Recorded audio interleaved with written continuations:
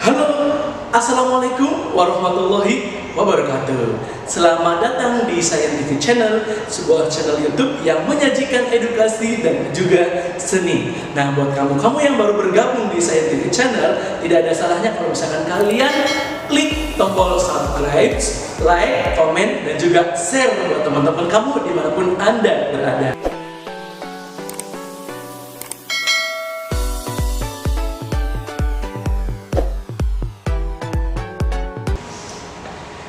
Iya, kembali lagi di Scientific Channel. Nah, seperti yang Kak Farin tadi bilang, bahwa saya pada kesempatan kali ini kita akan membahas tentang persamaan simpangan gelombang. Nah, persamaan simpangan gelombang ini sebetulnya menindaklanjuti pada bab gelombang mekanik yang kemarin sudah kita bahas. Pada saat gelombang mekanik yang kemarin kita bahas, kita sudah menentukan panjang gelombang, banyaknya gelombang, periode gelombang, frekuensi gelombang, cepat rambat gelombang, dan juga kecepatan sudut gelombang. Nah, contoh lain dari yang kemarin sudah kita terangkan selain gelombang tali, gelombang air laut, ini sebagai contoh untuk benda yang menghasilkan gelombang itu adalah pegas. Di mana di sini pegas digantungkan sebuah beban, di mana ketika beban itu ditarik otomatis pegas ini akan bergerak bolak-balik. Nah, seperti mengacu pada pengertian dari gelombang.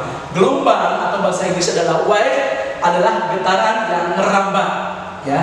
Baik gelombang air, gelombang tali, ataupun gelombang osiloskop pada saat kalian di rumah sakit itu akan berbentuk seperti ini. Ini sebetulnya materi yang sudah kita bahas kemarin. Tapi sebagai review biar kalian mengingat kembali bentuk gelombang, baik itu gelombang tali, gelombang air laut, gelombang osiloskop ini adalah seperti ini, ya. Ada puncak, ada lembah, ada puncak, ada puncak, ada lembah, ada puncak, ada lembah. Nah, sekarang gelombang, getaran yang merambat. Apa itu getaran? Getaran adalah gerakan bolak-balik suatu benda melalui titik keseimbangan. Titik keseimbangan itu apa? Titik awal benda.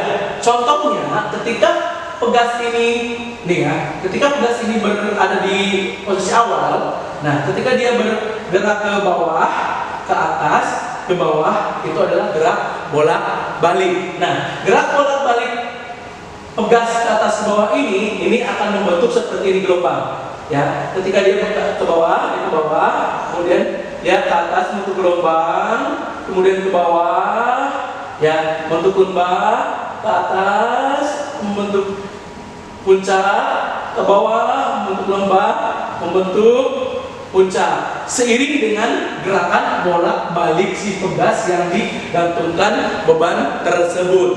Nah, untuk lebih jelasnya mengenai persamaan simpangan gelombang, kita saksikan video untuk selanjutnya berikut ini.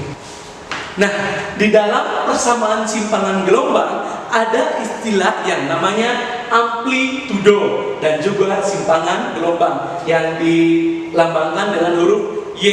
Apa amplitudo? Apa simpangan? Amplitudo adalah jarak simpangan terjauh dari titik keseimbangan benda. Adapun titik keseimbangan benda itu artinya adalah titik awal benda berada. Dan apa simpangan itu? Simpangan adalah jarak dari titik keseimbangan benda. Ini sebagai contohnya, ketika benda ini pegas yang digantungkan beban bergerak bolak-balik ke atas ke bawah membentuk sebuah gelombang seiring dengan bergeraknya bolak-balik. Ini ada istilah amplitudo dan gelombang. Apa amplitudo dan apa gelombang? Apa amplitudo gelombang dan apa simpangan gelombang? Ini titik awal benda. Ketika benda datang di sini, ya, kita amati.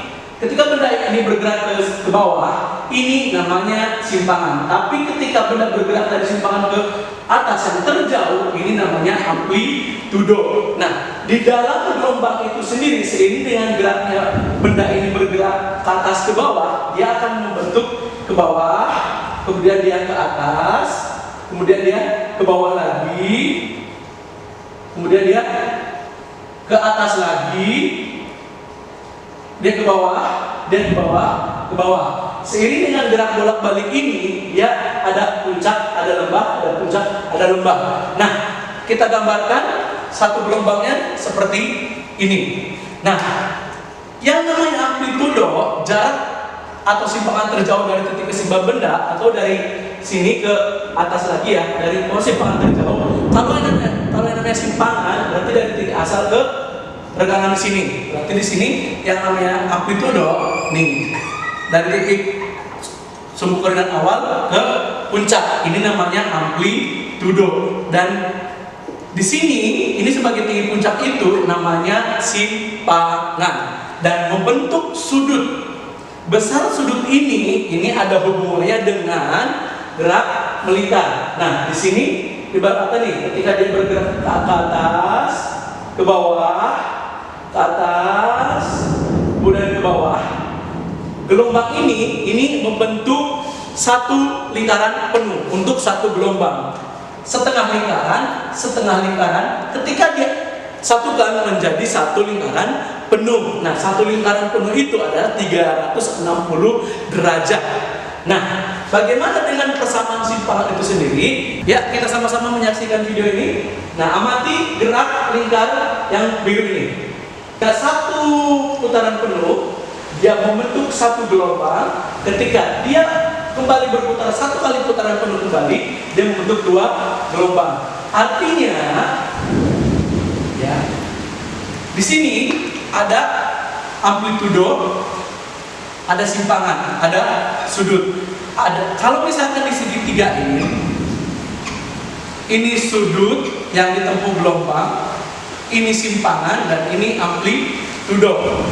Sudut theta adalah sudut tempuh gelombang.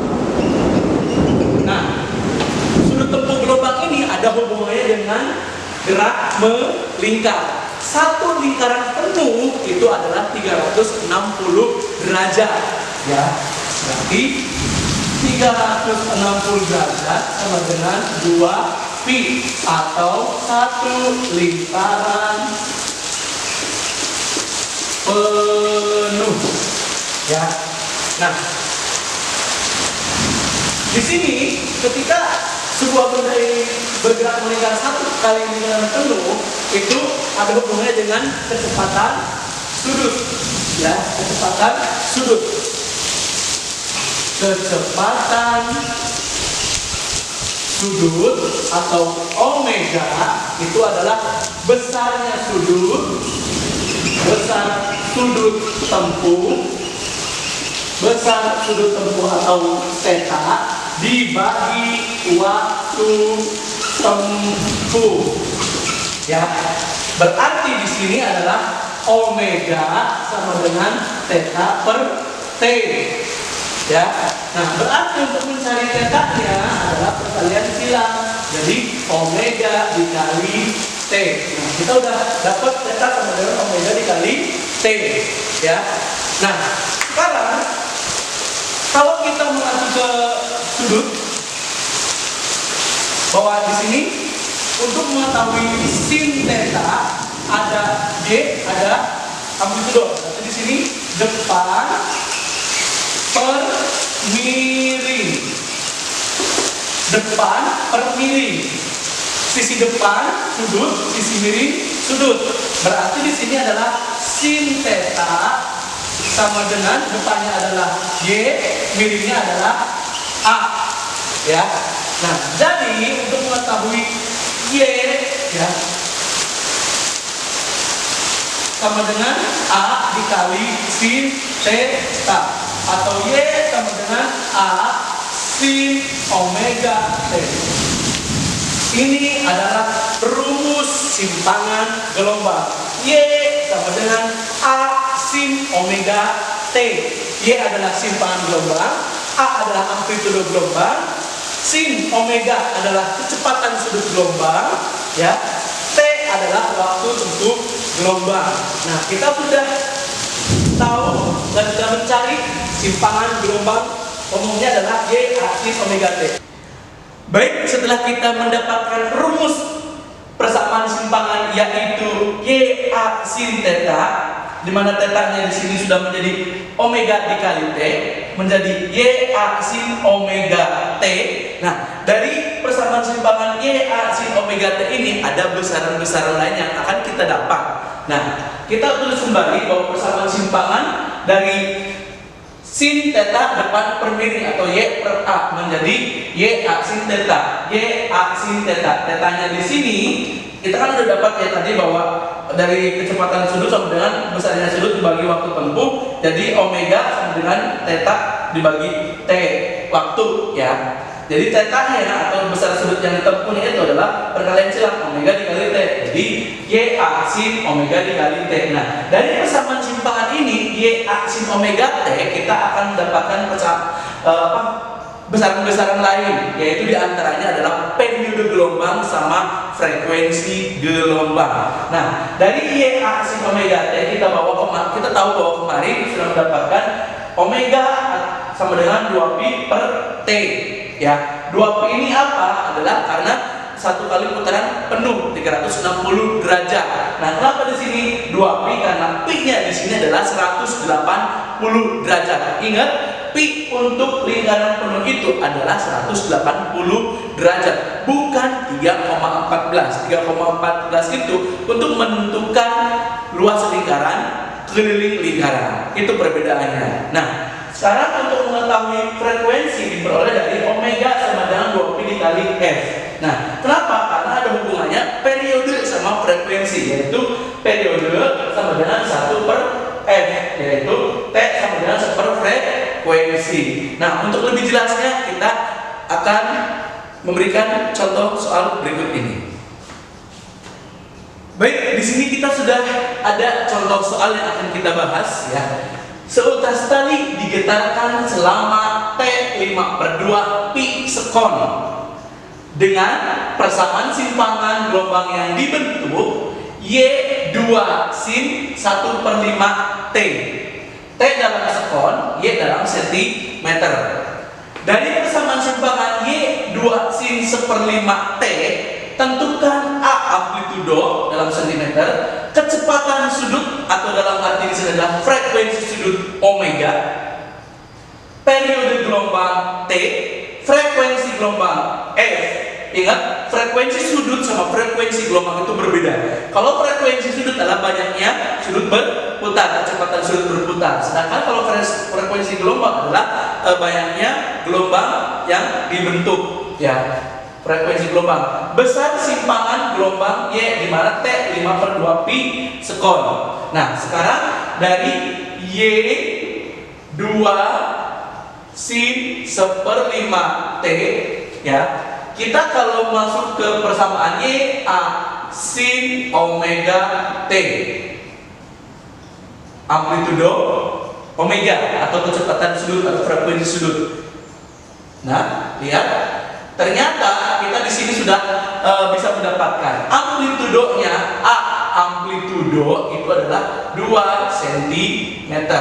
Yang B kecepatan sudut atau frekuensi sudut omega itu adalah 1/5 radian per sekon.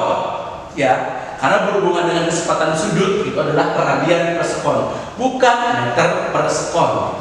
Nah, yang C periode gelombang diperoleh dari mana? Dari kecepatan sudut. Rumusnya apa? Omega 2pi per T. Untuk mencari T adalah 2pi per omega. Sekarang 2pi per omega. 2pi omeganya berapa? 1/5. Berarti di sini 2pi dikali 5/1 atau 10 pi sekon. Ternyata periode gelombangnya adalah 10 pi sekon. Nah, yang D frekuensi gelombang bisa diperoleh dari omega sama dengan 2pi dikali F adalah omega dibagi 2pi. Omeganya berapa? 1/5 dibagi 2pi. Berarti sama dengan 1/5 dikali 2pi atau 1/10 pi hertz. Satuan frekuensi adalah hertz. Sebetulnya bisa langsung dari F sama dengan 1/T. 1 periodenya dari 10 pi. 10 pi hertz. Sama. Ya, antara pakai rumus omega sama dengan 2pi dikali F atau F sama dengan 1/T. Langsung aja 1/10 pi.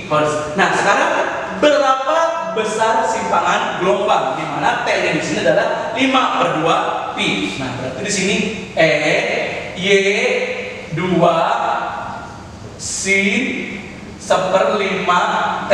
Di mana di sini T-nya itu adalah 5/2 pi. 5/2 pi nya adalah 180, berarti 180 dibagi 2 adalah 5 dikali 90 atau 450. Nah, baru lagi masukin ke Y sama dengan 2 sin 1/5. T nya berapa? 450. Ya, nih T nya 450. Nah, 450 dibagi 5 berapa? 90. Berarti di sini 2 dikali sin 90. Sin 90 berapa? 1. Ya, berarti 2 dikali 1 sama dengan 2 cm. Jadi, besar simpangan gelombangnya itu sebesar 2 cm. Begitu. Nah, mudah-mudahan adik-adik semua di rumah pada paham tentang bagaimana membentuk persamaan simpangan gelombang ya dengan mencari besaran-besaran lain. Baik, untuk itu sekian dulu pertemuan kita pada kesempatan hari ini. Kita ketemu besok dan untuk materi pembahasan selanjutnya yaitu tentang persamaan simpangan gelombang berjalan dan gelombang stasioner. Baik, sekian dulu wabillahi taufiq wal hidayah. Wassalamualaikum warahmatullahi wabarakatuh.